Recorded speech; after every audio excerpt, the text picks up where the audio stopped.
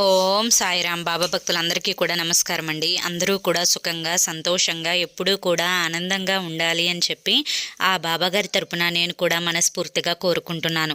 ఈరోజు బాబాగారు అందించే సందేశం ఏంటి అంటే కనుక, నా మాట పొల్లు పోదు తల్లి, ఈ మాట నీ జీవితానికి అతి ముఖ్యమైనది, ఇది నువ్వు తెలుసుకొని తీరాల్సిందే అని చెప్పి ఏదో తెలియని సందేశాన్ని ఈరోజు బాబాగారు మనకు అందించడానికి మన ముందుకు వచ్చారండి.